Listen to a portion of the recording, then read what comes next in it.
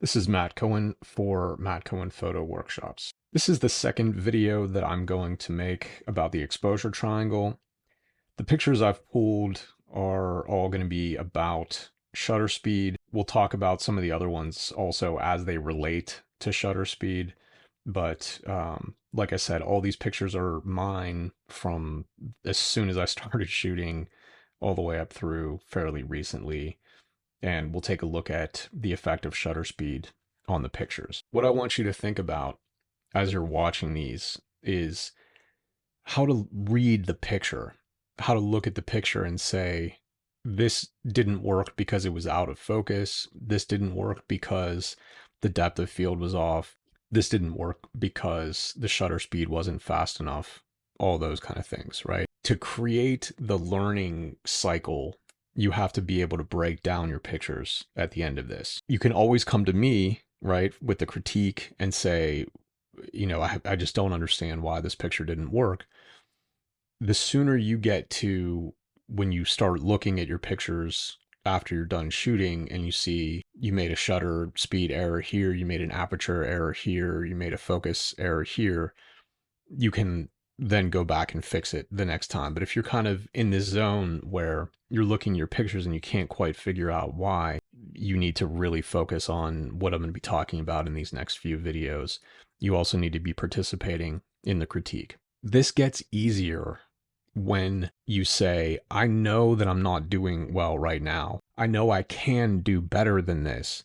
And I'm going to put up with a little bit of short-term pain, maybe read as embarrassment or whatever, right? I know it sucks to say, oh, I need help. But the reason that you all are here is to get help, right? The help can come from me. The help can come from looking at the videos. The help can come from talking to other students, right? So I want to create this cycle where I'm showing you what to look for in the pictures, how to diagnose a bad picture, right?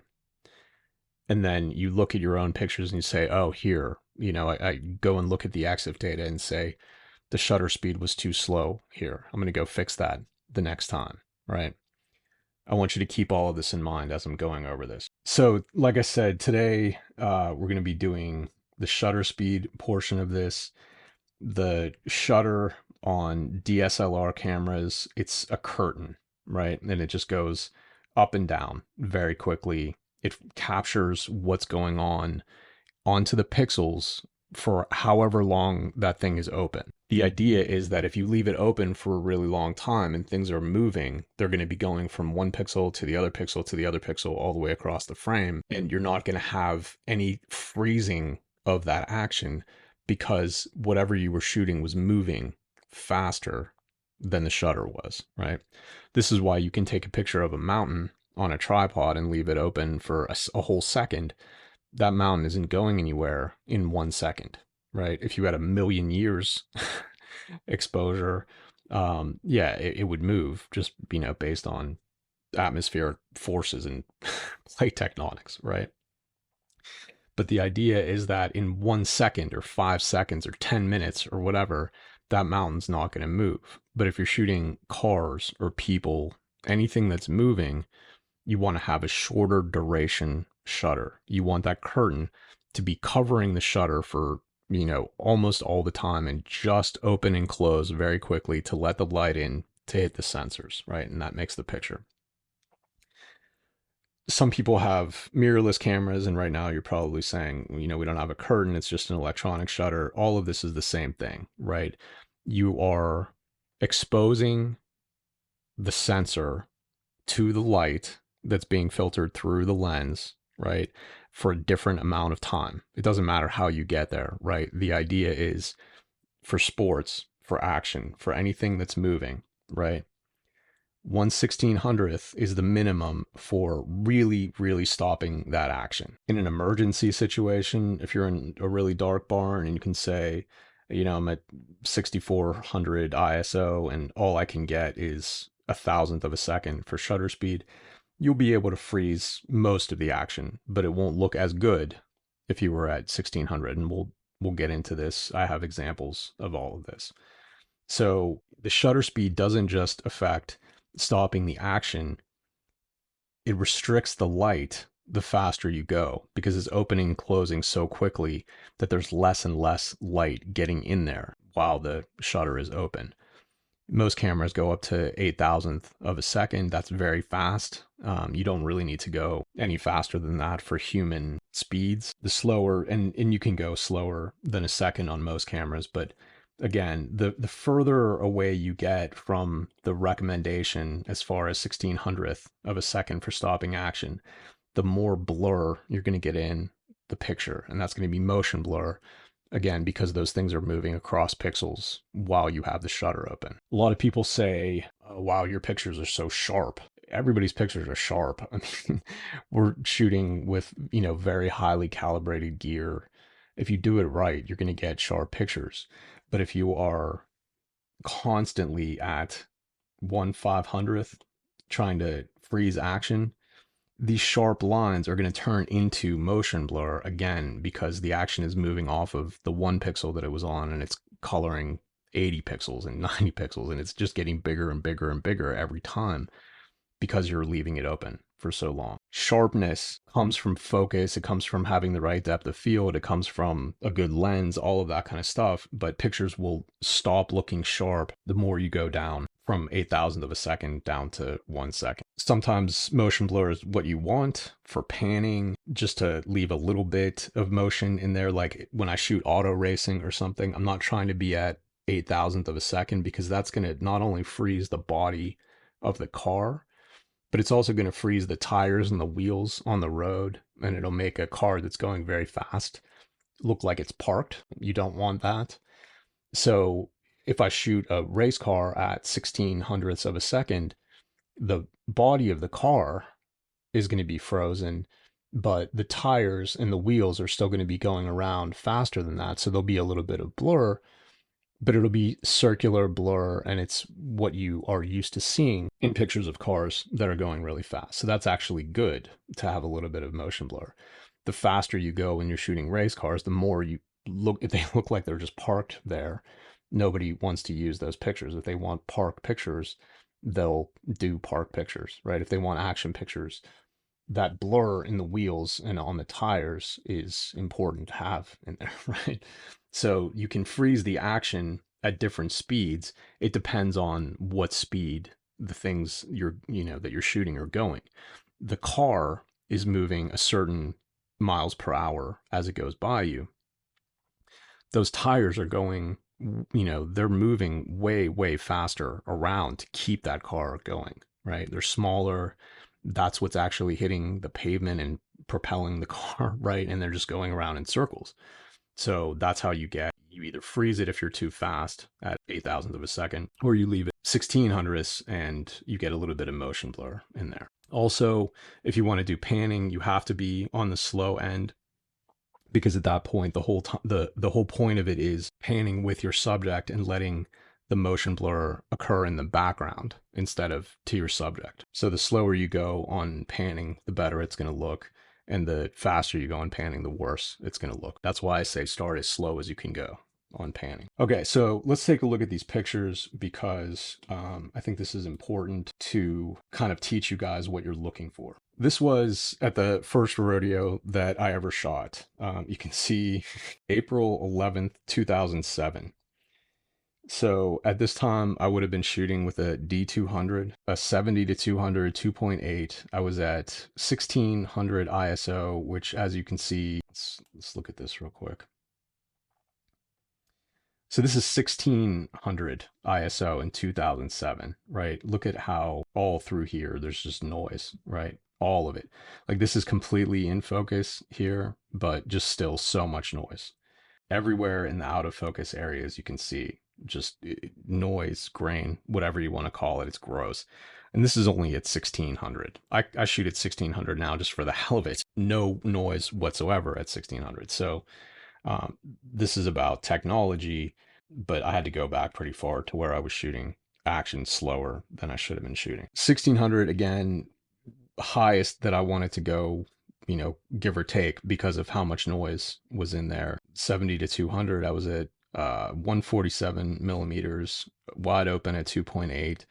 And to get properly exposed pictures, I needed to be at 1/180th of a second. That's way below the minimum emergency at a thousandth of a second. It's further below 1600ths, which is where you want to be. I was shooting in a situation where I was unprepared to shoot in, right? This was early in my career. It's not hard for me to admit I just had no idea what I was doing, right? You can see I had timing. I knew what was going to happen, all of that kind of stuff, but I didn't know. Pictures like this were acceptable because I was shooting for a website at the time. But if I had gone to a rodeo like this and tried to have these in the paper, these would not have worked. The thing is that this was a once a year rodeo for me. Like, this was the only rodeo that I shot for the first few years that I was shooting. What was I going to do? Buy the first year of my career, buy 20 grand worth of arena strobes and set them up in the rafters at the Cow Palace? Not a chance. I wasn't a rodeo photographer then. There was no reason for me to do any of that. I got assigned to go shoot this rodeo. I go shoot the rodeo. This is what I get. But what I want you to look at, there's no motion blur right here. There's no motion blur right here. He's planted his feet. He is not moving at this point. He gets his cleats in the ground. He puts his hand out. He is committed to protecting the cowboy. He knows this is where it's going to happen, and he is jumping in there to do that. So 1/80th of a second is okay for this part right here and this part right here because he's not really moving. Now you can see these guys are out of focus. They're not motion blurred. They're just out of focus because of depth of field, because I'm shooting at 2.8. But as you can see, there's no motion blur here because they're standing exactly still, right? You can see by the outline of them, there's motion blur and then there's out of focus. There's nothing out of focus in this picture. This is just depth of field here. So that's what makes them look out of focus. You have this guy right here in focus, completely frozen because he's not moving. And then you have this right here, which is in focus and blurry. Why is that?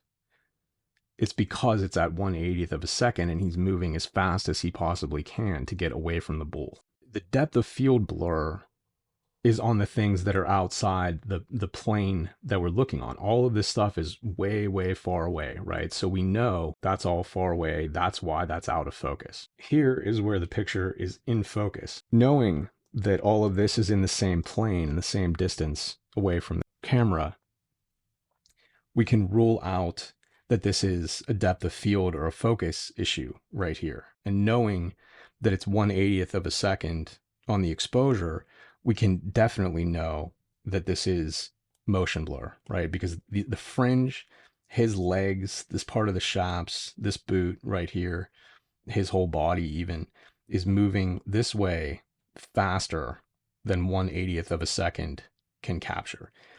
So as we're breaking this picture down, what you're looking for is the parts that are in motion and the parts that are frozen. And this is what 1/80th of a second will get you, a person standing still. But this bull,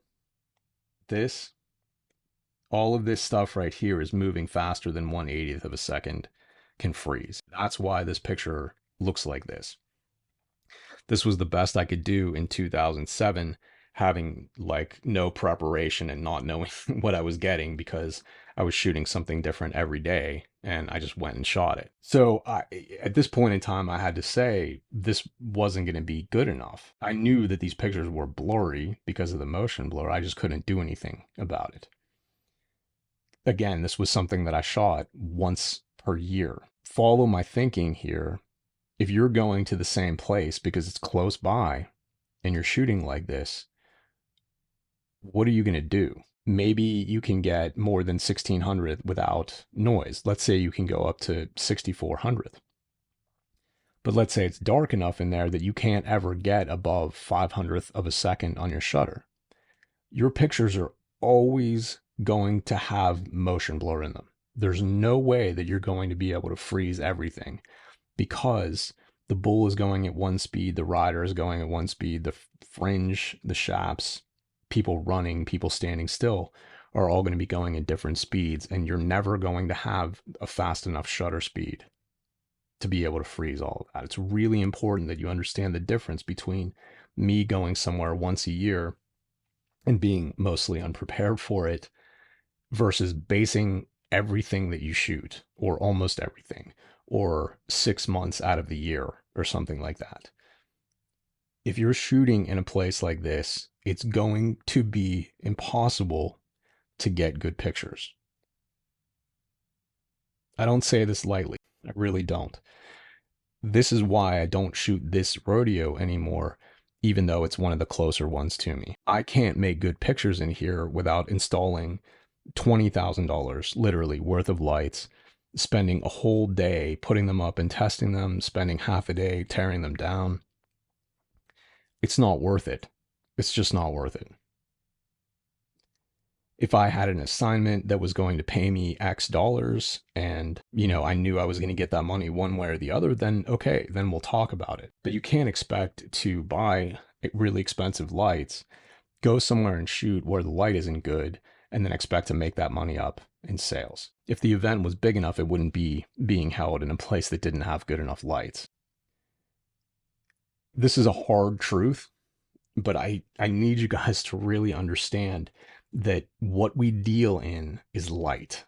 It's a raw material. And if you don't have enough of it, if you don't have good enough light, you're just going to have a ceiling on your pictures that's never, ever going to go away. No matter how much better you get, you're still only going to be operating in situations that don't give you a good shot to get good pictures. That's it. So let's look at this one. This is obviously in the same arena. This one, I guess this is probably where I had started out, 3200, trying to get something going. As you can see, there's still incredible amounts of noise all the way through here. Like, this is one color. It's shocking to me how bad this looks, even given that it was 16 years ago or whatever. You can't shoot like this. And so even if it's not 3200, like here I'm at 3200 and still the fastest shutter speed that I can get, even having a 2.8 lens, is 1/200th of a second. That's just not enough. So what does that look like?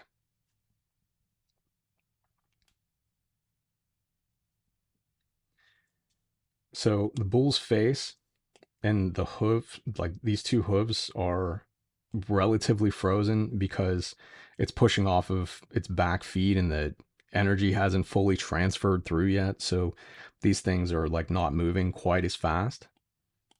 Probably the center mass of the bull also. But as you can see, like in the back where it's kicking, where it had kicked up some sand here, this guy's fringe and chaps right here, his hand, this is all moving faster than 1/200th can freeze.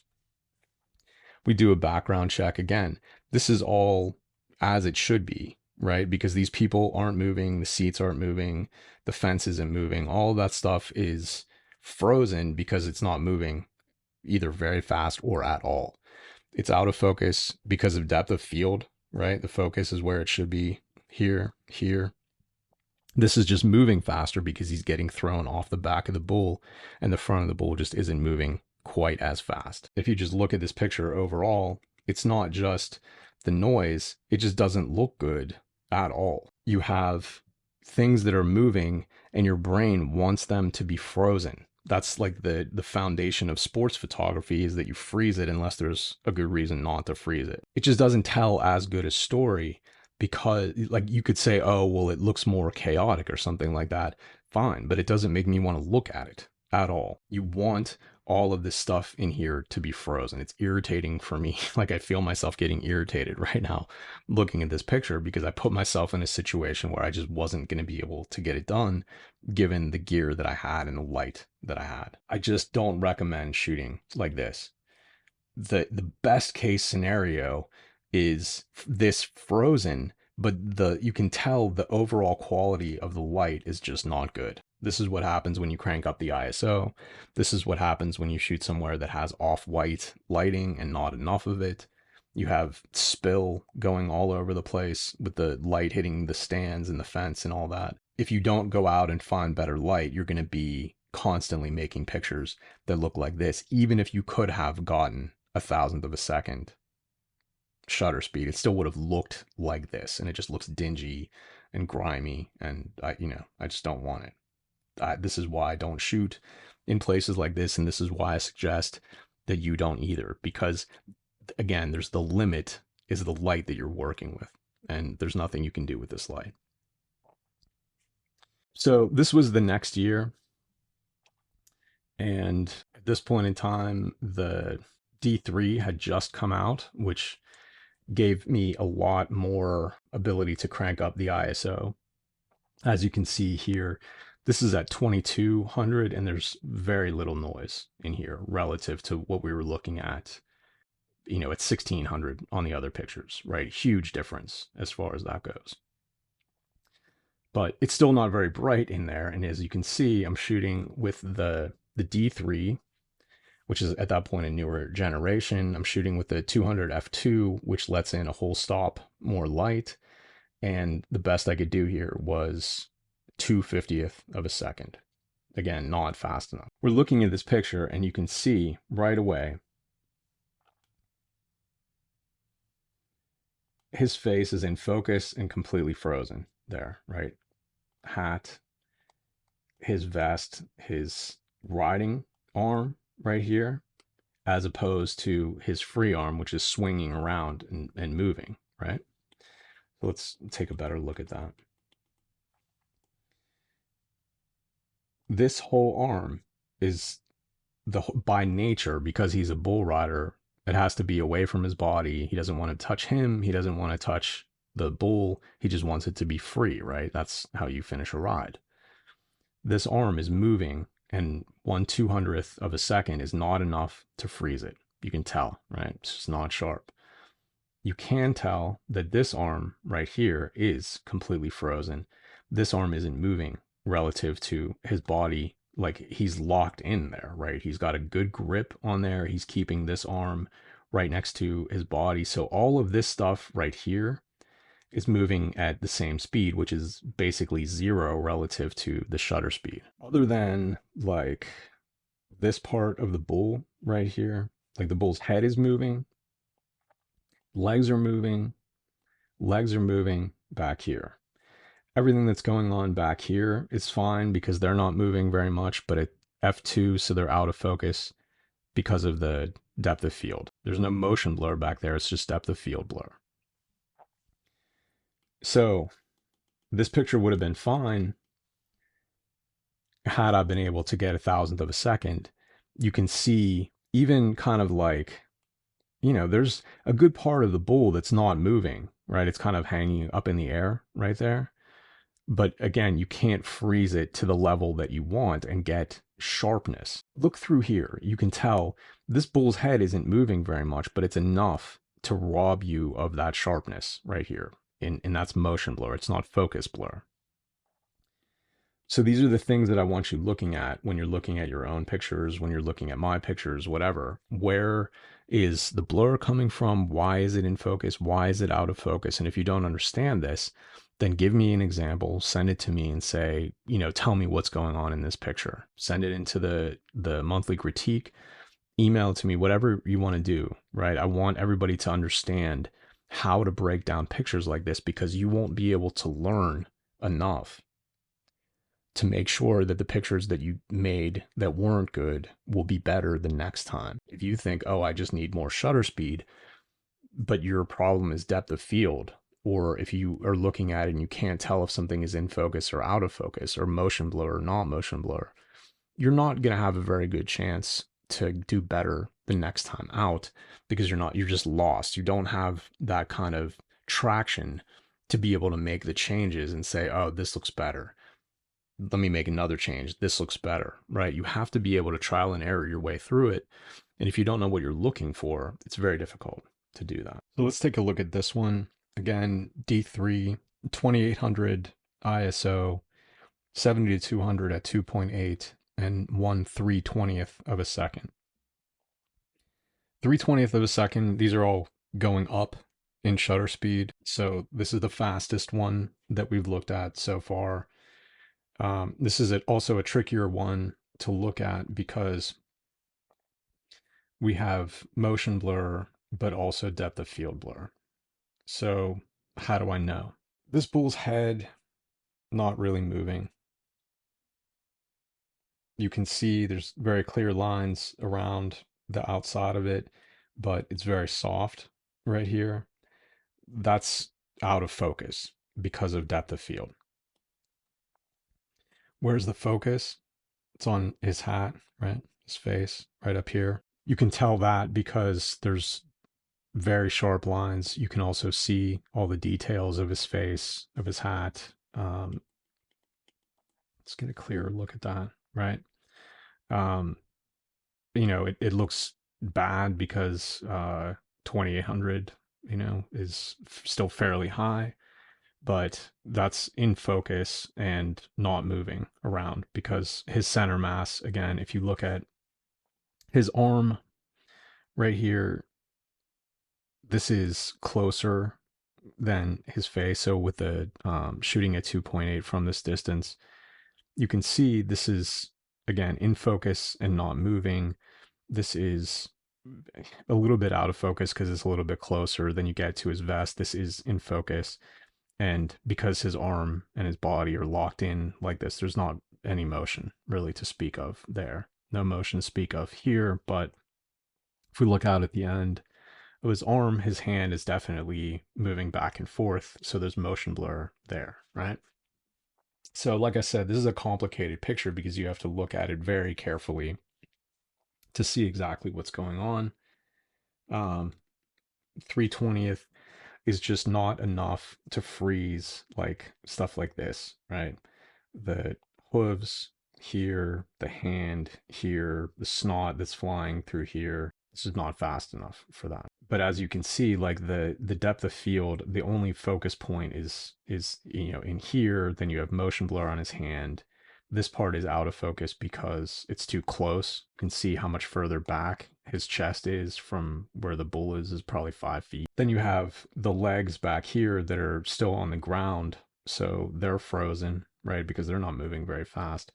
But the front hooves, which are coming off the ground, and the dirt that's flying around, that's all, not going to be able to be stopped by 3/20th of a second. In the background, this is all depth of field, but again, there's no motion blur back there, so you can tell 3/20th is easily fast enough to stop that, but it's not fast enough to stop, again, the front hooves of the bull, the dirt, and his free hand right here. So this is how you should be looking at your pictures and trying to figure out what's actually happening. Did I have the focus right? Is there something that's definitely in focus? Is there something that's frozen? Is there something that has motion blur? Is there something that has depth of field problems? Things like that. You need to be able to look at your pictures and at least make those adjustments. Even if it's one by one, you need to be able to do that. So this is I look at this picture now and it's pretty funny. This was like one of my first big rodeo pictures that got published. This ran as a 2-page spread in a really fancy San Francisco magazine, alongside ads for like jewelry and high-end real estate and stuff like that. I still have no idea why they wanted to run this because I don't even really like it as a picture. There's no doubt that I guess if you live in San Francisco and you didn't know there was a rodeo there, this picture might grab your attention. Okay. So a little bit faster. I was getting used to the D3 at this point. I had pushed the ISO up to 4000, which was pretty high, higher than I was comfortable at that point. But I was just trying to get as fast as I possibly could. You can see I was at 400th of a second, and I was using the 200 at 2.5. This picture probably could have had a little bit faster shutter speed just because it looks a little bit overexposed to me looking back at it now. As you can see, like the center mass of the bull, this guy's leg right here and his center mass, really everything but his hand, all of this, his leg is kicking, obviously, so that's going to produce some motion blur. But most of this picture is frozen because I'm at 400th of a second. That's getting up to the point where you're able to freeze the bigger things, the center mass. Limbs move faster, balls and pucks, things like that move faster. Horses running, their legs and their mane is going to move faster, but center mass for things you can mostly get at 500th of a second. And that's what you can see here is that I just don't have quite enough on the shutter speed to freeze that. So I probably could have guessed what the shutter speed is just based on the fact that I got the center mass, but the extremities were just starting to blur a little bit. So that tells me that it's not quite to 500. So I would be guessing, 320 or 400. This one happens to be at 400. Um, but even that, right? Like, let's look at the bullfighter in the background. He's completely in focus all the way through here, right? His face, he's not moving very much, his upper body anyway. But if we look down at his feet, right, those are moving. He's literally, skimming along the dirt here. You can see he's kicking it up. He's trying not to get kicked here, right? But that's why he's moving. But 400ths of a second is not enough to freeze his feet because they are moving faster than his center mass, than the center mass of the bull and the rider, right? So this is easy to break down because all you do is you look at all the things in the picture and you say, okay, all these things are within the depth of field. The only things that are blurry are the things that are moving faster than 1/400th of a second can freeze. And then everything in the background totally frozen. You don't have to worry about that because it's fast enough for that. It's all out of focus because this is very far back from where I'm shooting from. And I was shooting at 2.5 aperture. So that's going to give me that kind of depth of field. So this one is really dark. This is still 400ths of a second. This was from the year before when I was still shooting with the D200, and 1600 was as high as I wanted to go. Man, yeah. So this is underexposed. It has mostly, again, the center mass here. All of this is frozen, right? Center mass of the cowboy is frozen. You have a little bit of motion blur in his hand because that's the thing that's moving the fastest. And then there's a little bit of motion blur in here in the fringe. And then obviously the dirt, like these small particles, you need a really, really fast shutter speed again, because these things are so small, they move from pixel to pixel faster than something in the center mass, right? I'm sure there's an equation for all of that, but it's not important, right? Center mass gets frozen by lower shutter speeds. Smaller things, right, you need faster shutter speeds for. So this is just a mess, right? It's underexposed. There's still significant noise. You can see all the way through here. Like, these colors are not good. 400th would have been borderline enough for this picture, right? Just because there's really not a whole lot of motion going on right at that particular second. But again, you can see, you just look how bad all of this looks back here, right? It's just, you're not going to be able to do anything about that. It's basically the same light that's hitting there, that's hitting here. And 400 was the absolute maximum that I could get, and I'm still underexposed, right?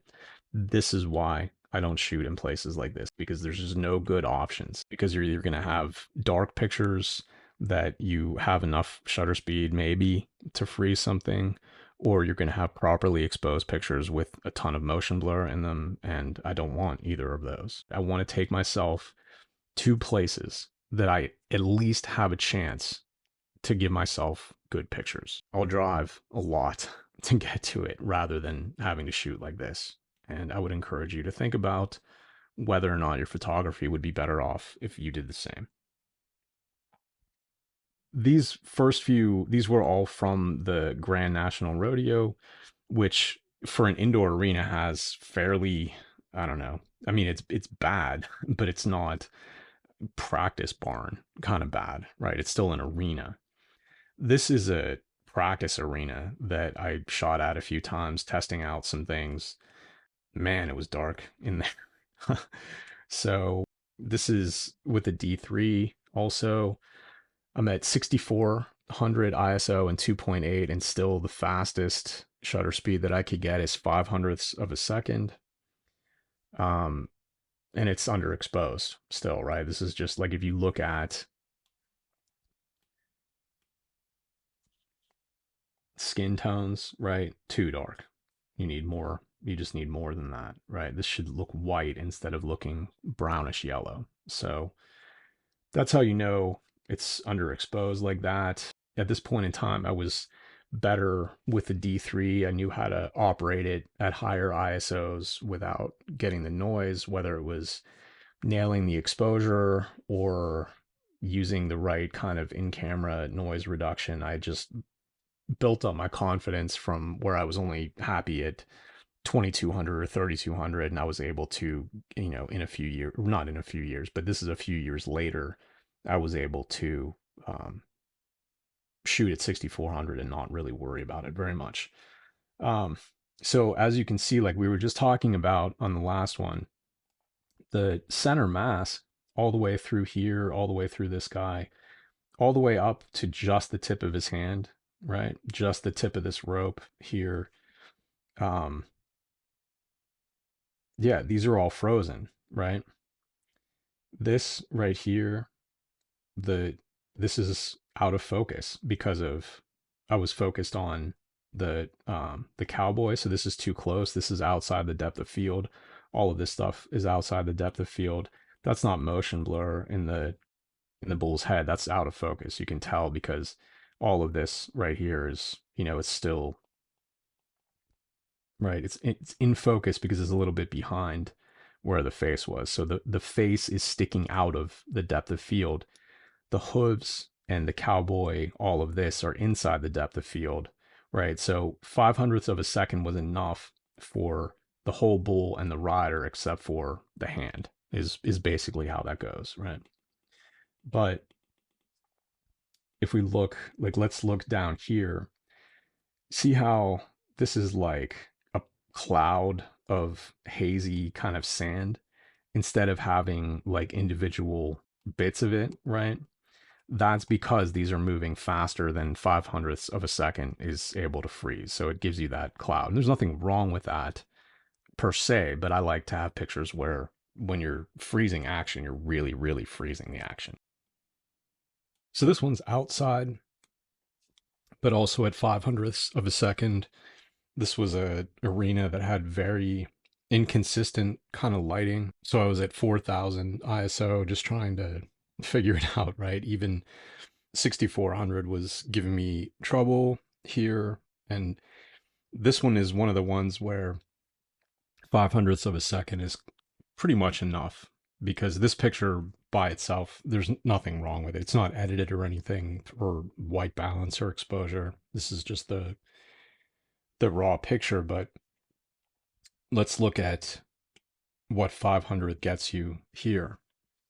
So this is all in focus. I'm shooting with a 2.8, and basically the distances, all of this is all the same distance from the camera. So at this point in time, I don't have to worry about depth of field very much at all, because unlike some of the other ones where maybe the nose of the bull was 5 feet closer to me, in this situation, they're all exactly the same distance away from me. The thing that you want to look at here, basically, you can draw a line all the way around here. This is all frozen. You can see this line, right? The only thing that has motion blur in it is the tail. Tail's moving very fast, made up of lots of different individual hair that's coming out of there. So that's why that looks soft. But then if you look all the way through the rest of it, like even the tail, the flank rope, his boots, his jeans, all of this, right? So what do we have? A little bit of motion blur in his hand, a little bit of motion blur here, like through the fringe, but everything else that we're looking at is frozen because the bull is just at this point in time floating through the air. It's only going really as fast as gravity, right? So 500th of a second is enough for that, but it's not enough for the tail, the hand and the fringe, because those things are moving independently of the center mass of the bull and the cowboy. And that's what's important, is that when things are moving at the same speed, the same shutter speed is going to freeze all of them. But if there's something else going on in the picture that's faster, you need a faster shutter speed for that. Just like I was saying with the NASCAR example, I can have a shutter speed that's fast enough to freeze the car, but the tires and the wheels are still going to be blurry from moving faster. So this one is 6/40th of a second, 1600 ISO, again with the D200. So what is 6/40th of a second get you? This is the first that we've looked at it that's this fast. Pretty much you have the whole bull frozen, right? Completely frozen. So 6/40th is plenty for what that bull is doing, which is kind of like, hanging in the air kind of. But as we can see, even though it's enough for the helmet and the center mass and the arm of the cowboy, it's not enough. You have motion blur all through the fringe, through here, and then again, the freehand, because that's the thing that's moving the fastest. So if 640 was the fastest that you were going to be able to get, anytime the bull is just in the air, 640 it will probably be able to get it done, right? This is a little bit underexposed, but close enough, right? But the thing is that bulls don't just float through the air. They push off and they buck and they kick. Fringe moves around, snot moves around, dirt moves around. 6/40th is just not enough. It's enough to get center mass. It's enough to get some of the fringe, but it's not enough to get all of the things in the picture, because some of those things are just going to be moving much faster.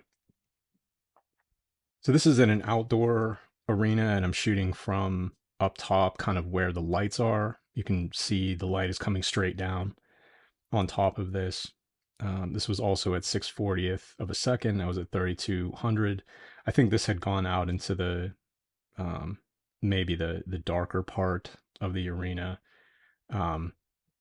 As you can see from this one, I have most everything frozen here.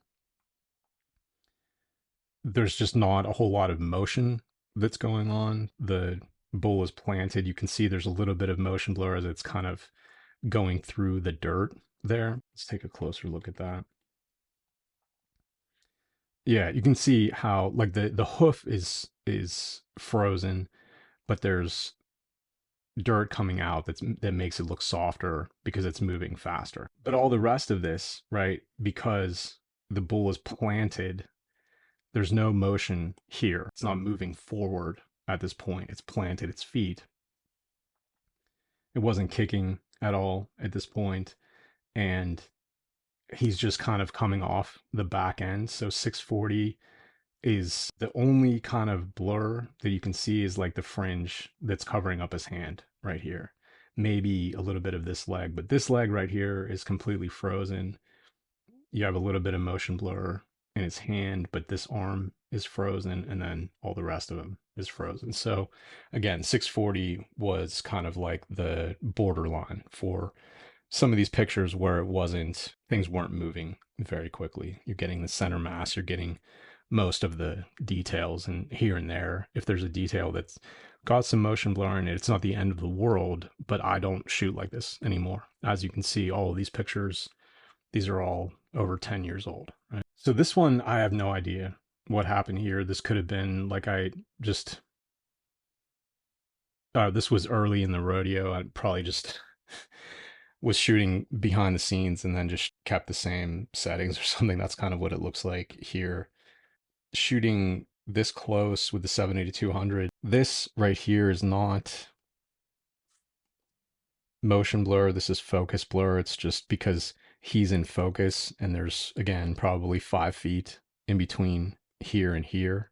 So this bull's face is not moving very much relative to the rest of the bull, but it's closer to me than the depth of field is. And you can kind of see it gets sharper as it gets back, and then it's like in focus along here. The cowboy's completely in focus.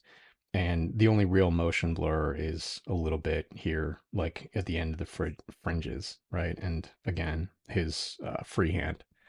So as you can see, like as we've been going through these pictures, they've been increasing in shutter speed, right? That's how I arranged this video. So you have these at 640 and then this at 500. And then as we go down, you see that there's more motion blur going on in all of these pictures because the shutter speed gets slower and slower and slower going this way, right?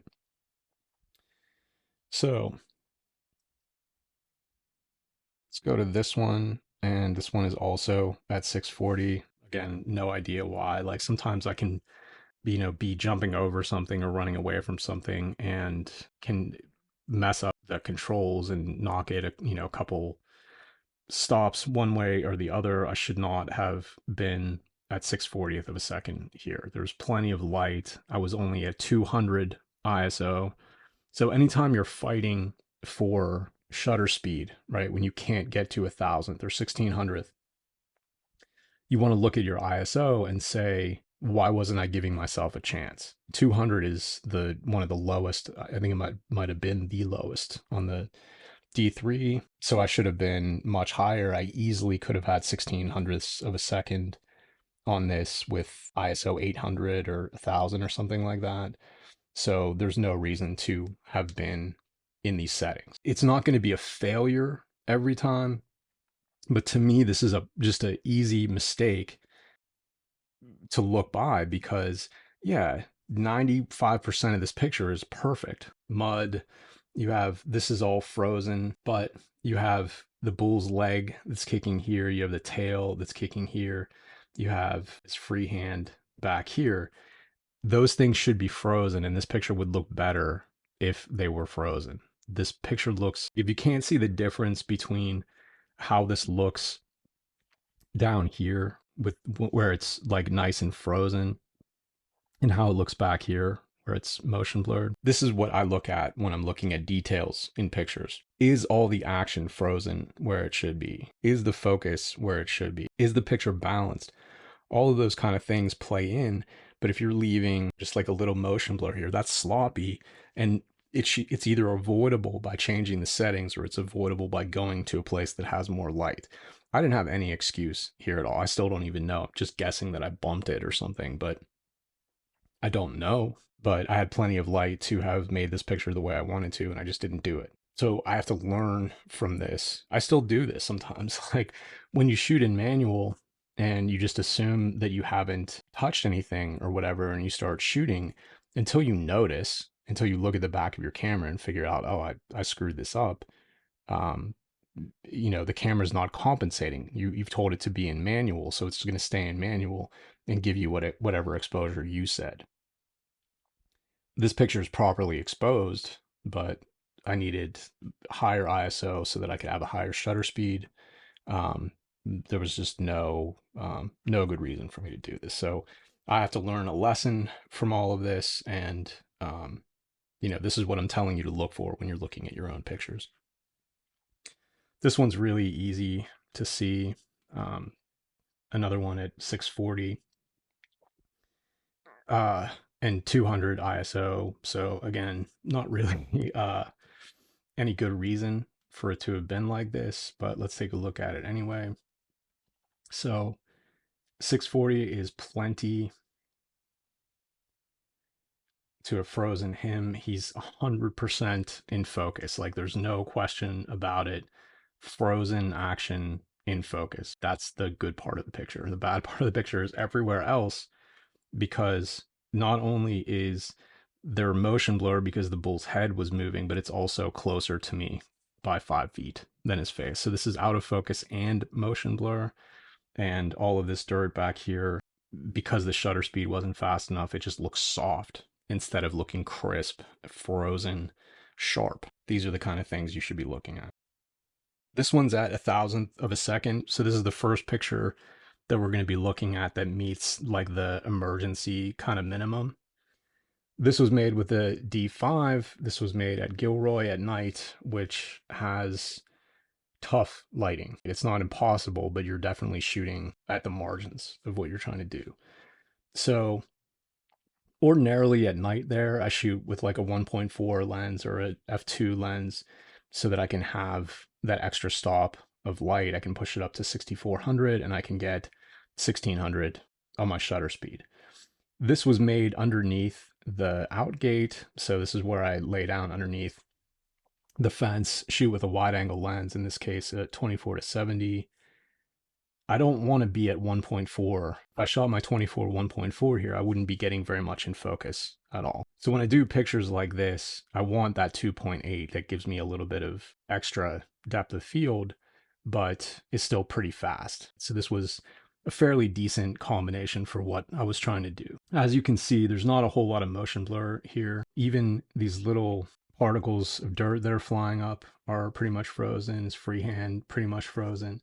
I guess you could say like right here, there's motion blur, but all of this is frozen right here. The bulls, all of the bull is frozen, completely in focus, totally frozen. Here, the tail frozen. So it, like I was saying, if I had been at 6400 and had been at 1250th or 1600 on the ISO, this picture would have been, it would have looked almost exactly like it looks now, except for a little bit more frozen there, a little bit more frozen here, and maybe through here, right?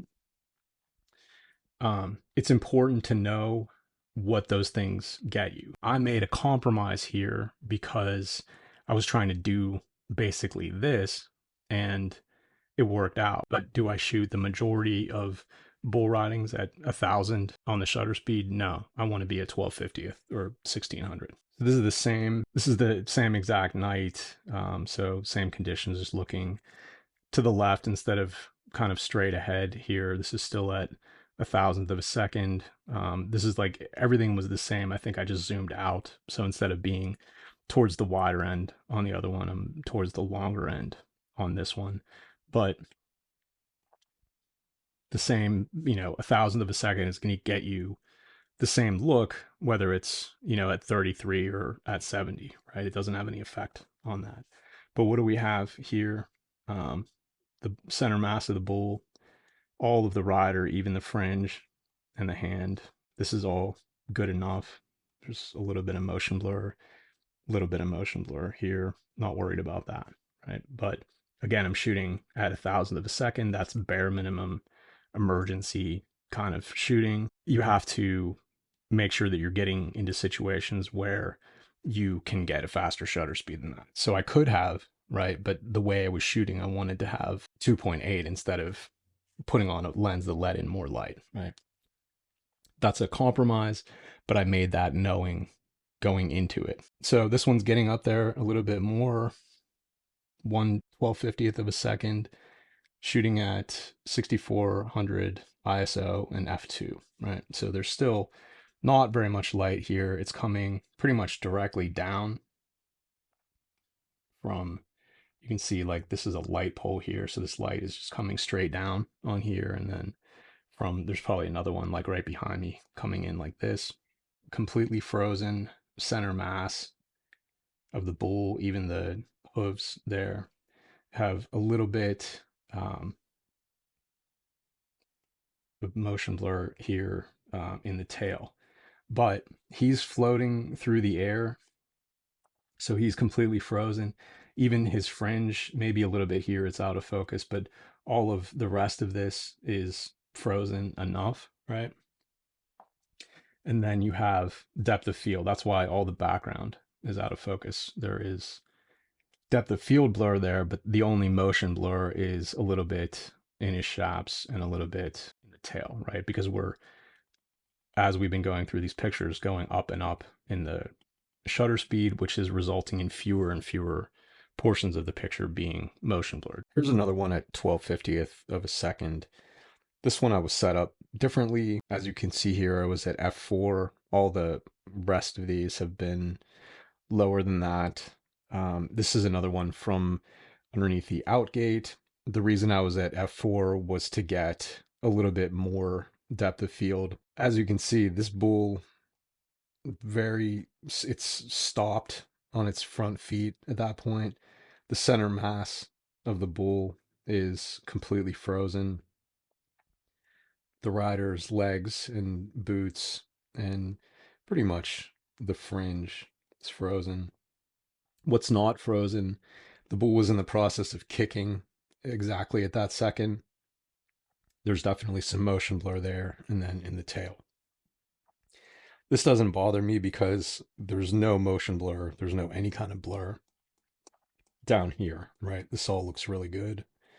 This is exactly how this picture should work.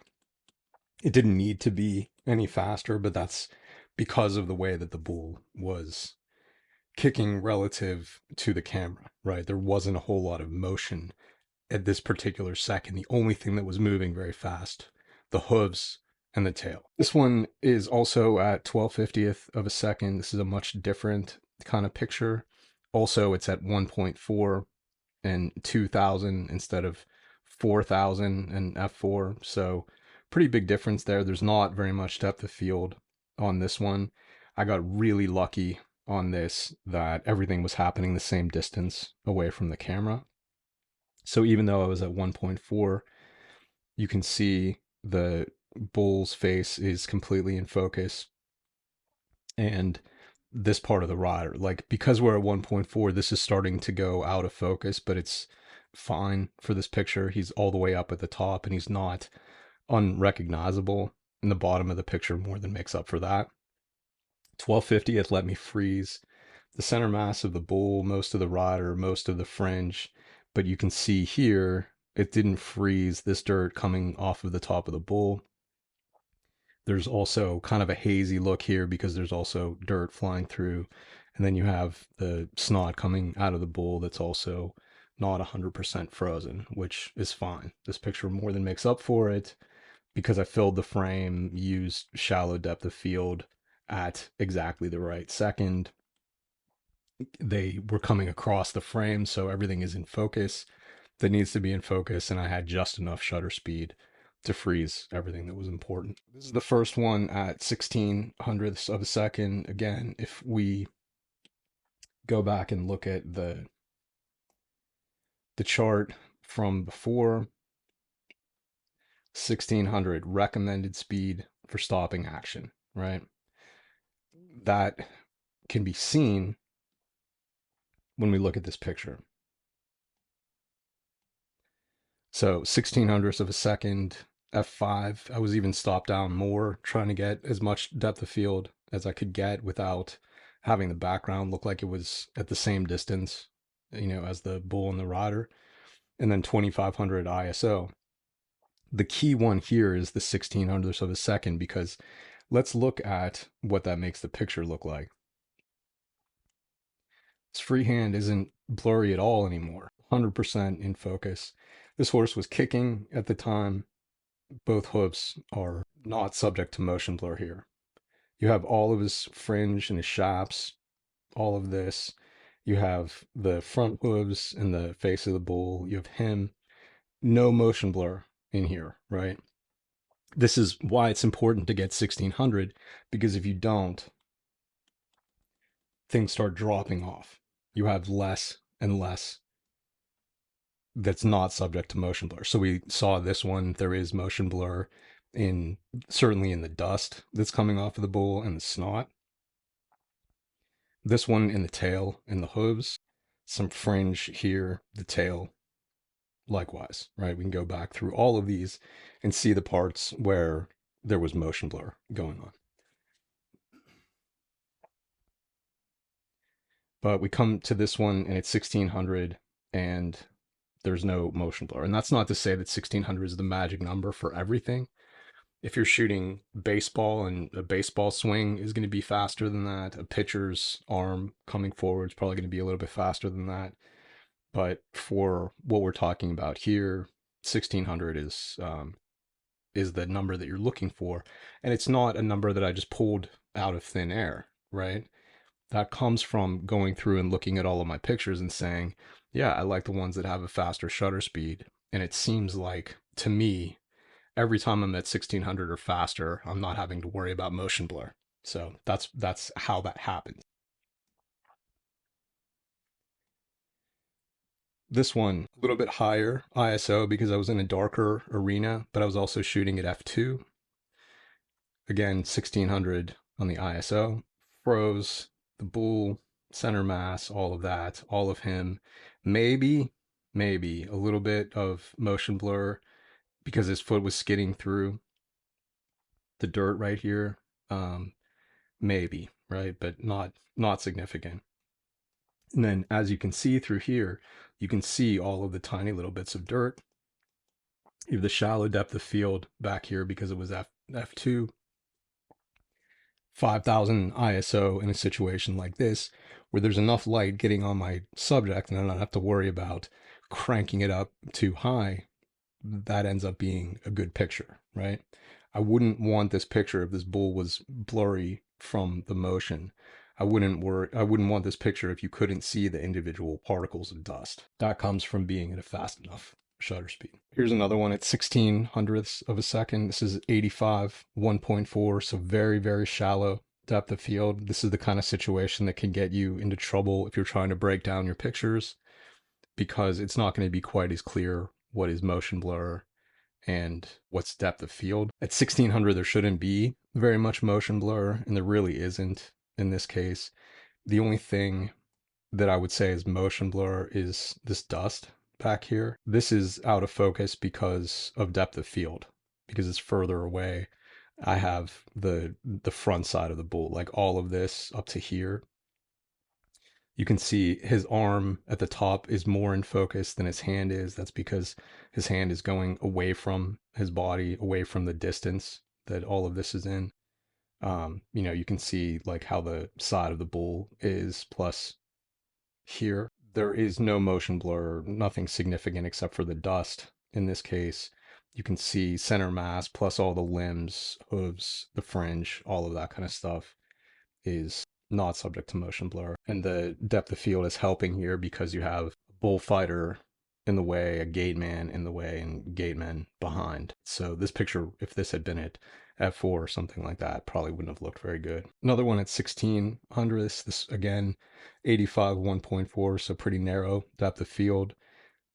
This is, again, pretty lucky that what was happening was the same distance away. So this bull launched the freestyle bullfighter, but they were both in the same line here.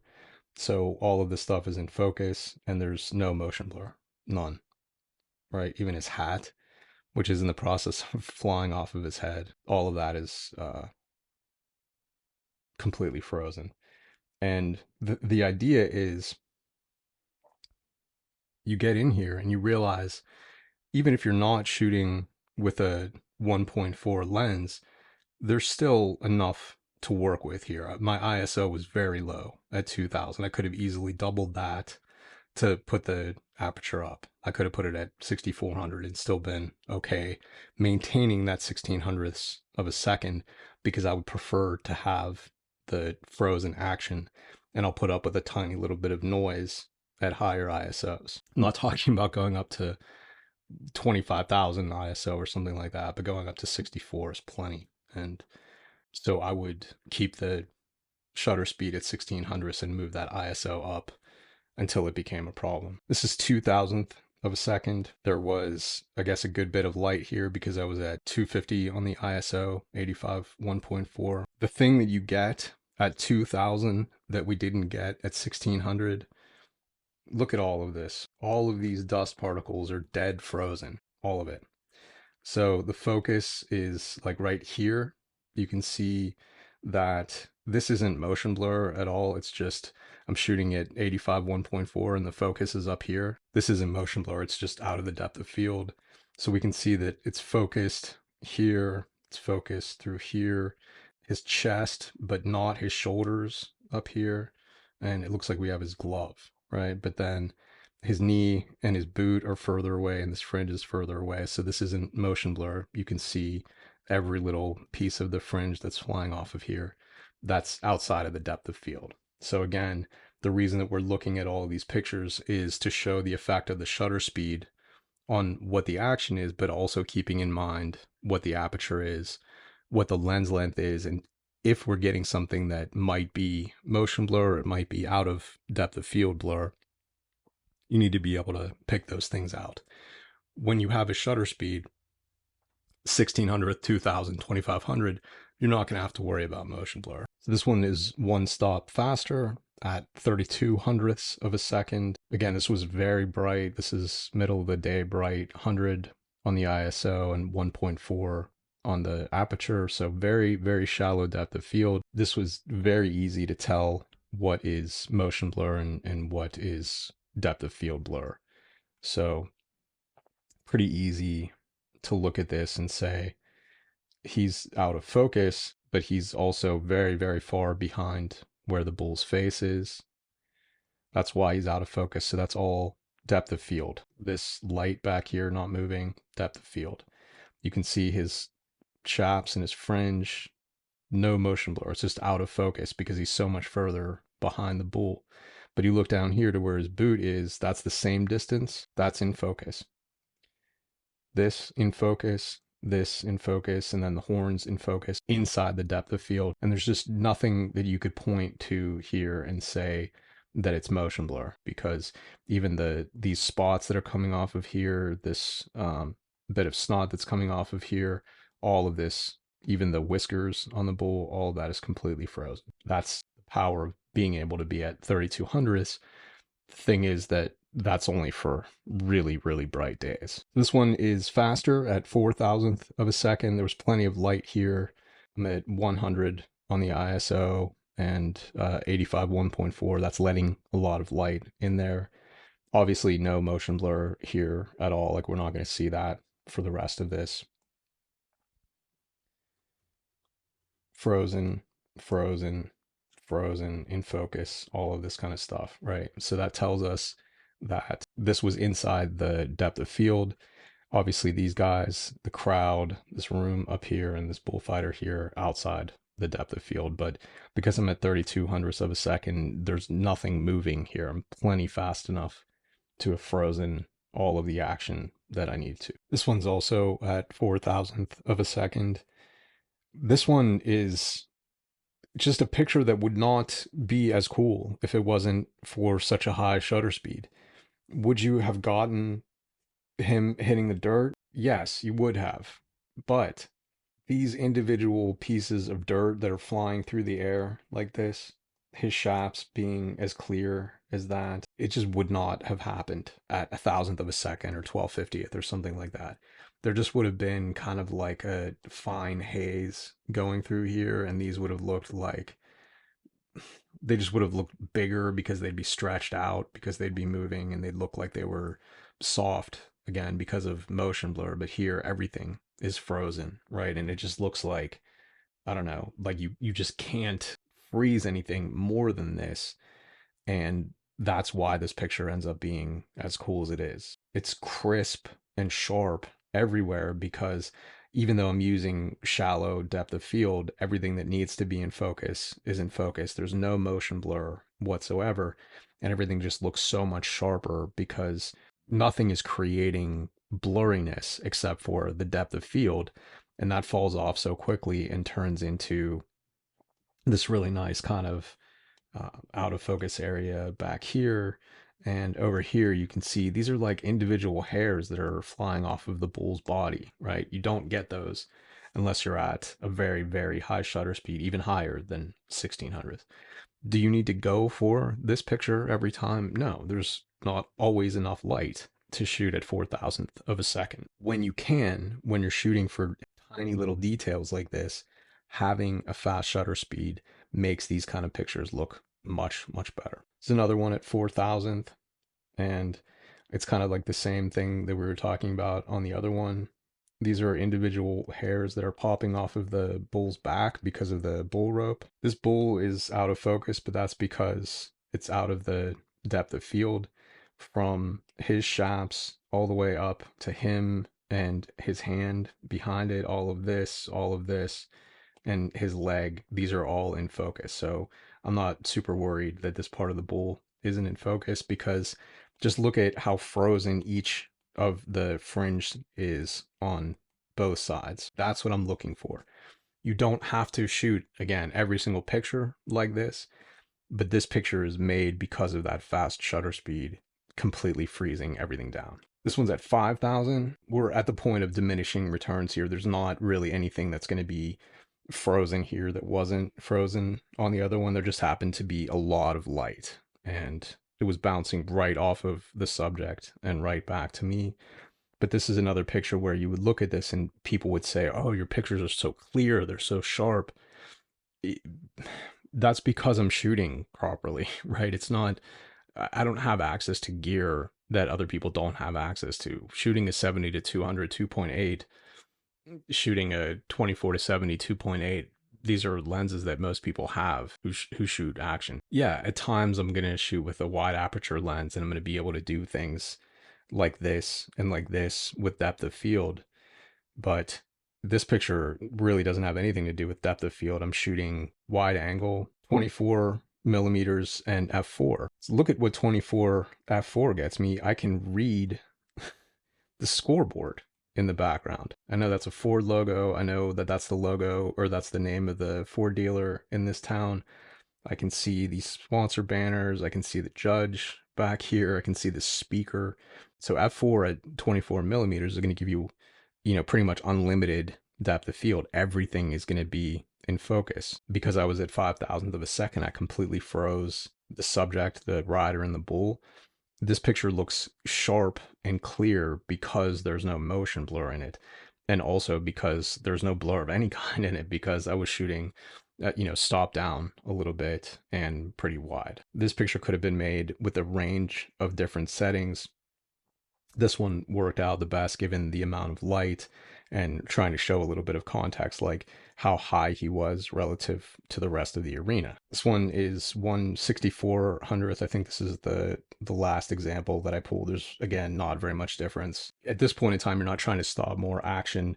You're just trying to let less light in because it was very bright, right? So this is middle of the day bright, shooting at ISO 185 1.4. There's a lot of light here. And I'm using this fast of a shutter speed, not to freeze more action, but to keep the exposure where I want it. So if we're looking at this bull's head is not in focus. It really can't be, because I'm shooting at 1.4 and this head, which is, again, pretty far away, this isn't in focus, but it's not motion blur. Everything here is frozen. All of these limbs are completely frozen.